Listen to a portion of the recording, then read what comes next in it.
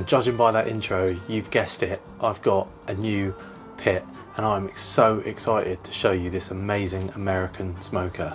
This thing has come all the way from Knoxville, Tennessee, and it's made by the Metal Guys, otherwise known as TMG Pits. And if you haven't seen some of the wacky and funky designs that they do, seriously head over to their Facebook page. I'll put a link below and check them out. So as soon as this pit turned up and I posted it on Instagram, everybody wanted to know when the video was out and when I was going to do a review, because there's so many people that are interested in buying one and shipping them over from America, just like I did.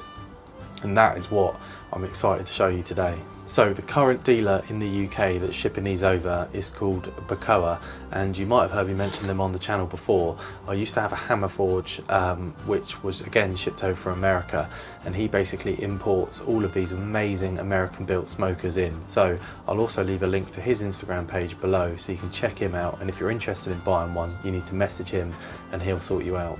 So this thing is 1.7 meters long and it's an absolute beast. It weighs just over 300 kilos, and I was seriously worried about getting it in the back garden because I was worried about how big it was going to be. And when Nick delivered it and we were wheeling it through the house, I was genuinely concerned about what my missus was going to say, because I knew as soon as I saw it, it wasn't going to fit down in the shack. So I have commandeered the patio. And if you went to Sizzle Fest, you would have already seen this and had a look at it, because it was one of the grills that was on showcase there, as well as the fridge that he had that had the off-road pack, which looked absolutely sick. So anyway, enough of me waffling on. Let's head on over to the patio and let's take a look at this beast of a grill. Okay, and here is the TMG Heritage 36. As you can see, it's a bit of a monster. So what we're going to do is go in and have a closer look around the outside. And I think the first thing you're sort of drawn to is the massive stack that's on it.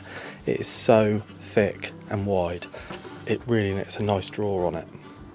And it's also got this nice little top vent shut there, just for when you're closing it down. Just means the fire goes out that little bit quicker. The other thing I noticed on this straight away was how good the welds are. They are like welds I've never seen before, and it really looks absolutely amazing in person, and trust me, it's so much bigger than what it looks in the pictures when you order one. So now let's move on to the firebox. As you can see with this, the firebox is absolutely huge, which is what you're looking for with a reverse flow, so you can get a nice fire in there. It is super thick.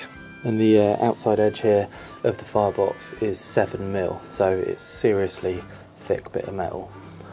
I've also got the fire management cradle in here, so this just pulls out, really makes managing the fire so much better. And the ash just drops down just there, which means you can just scrape that out just over the lip here. Really, really easy to use and really easy to sweep out. We're also greeted with this really heavy duty door, which has got a nice latch on it. This also stays nice and cool, so you can open it accordingly when you want to put a log on. Also, this is your vent control here, so slide it all the way open. Obviously more airflow and less, just like so. I actually found managing the temperature on this really easy compared to some of the other offsets that I've used. Again, that welding, unbelievable. Okay, we've also got this fold shelf here, which you can see, and it's got a little utility holder and for your blue roll or towels or whatever it is that you need.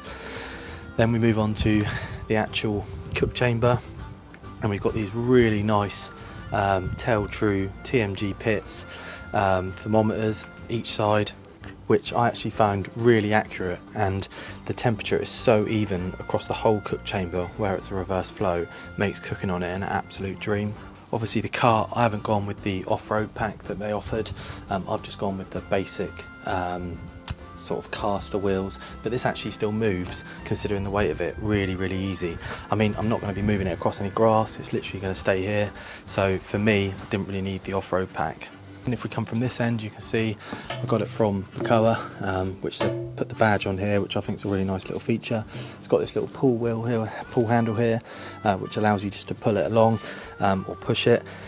One thing I would have quite liked is on the wheels to have all four of them, so they can fully 360 degree rotate. It would just mean moving it was a little bit easier, whereas at the moment the front ones are the rotating ones and the back ones are fixed, so maybe in future I might change the casters on the back so they can all move together.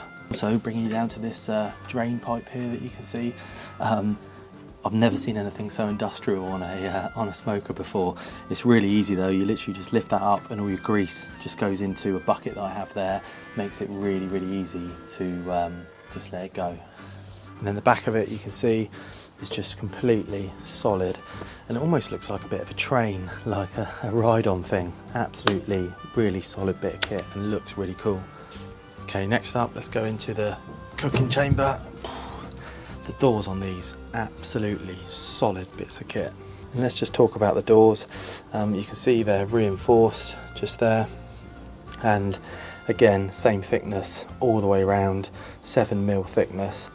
Seriously heavy bit of kit, and again the welds just so neat, so tidy. Okay, so first things first, we've got these two pull-out trays here, which again all the way out, and they just lock in just like that, which means that you can get them all the way out to get to your food that's right over the back. We've also got the top one as well, so you can have multiple things. You can have all your wings and things up there while you're smoking your briskets below. I mean, the space in here, the other day I had a 4.5 kilo pork butt on this side. I had a rack of ribs, and then I had a Dutch oven cast iron on the right here, cooking a nice low and slow brisket chili, and just endless room. Still had the whole tops for shelf free if I wanted to chuck a couple of spatchcock chickens or something in there. I mean, the space in this thing is insane.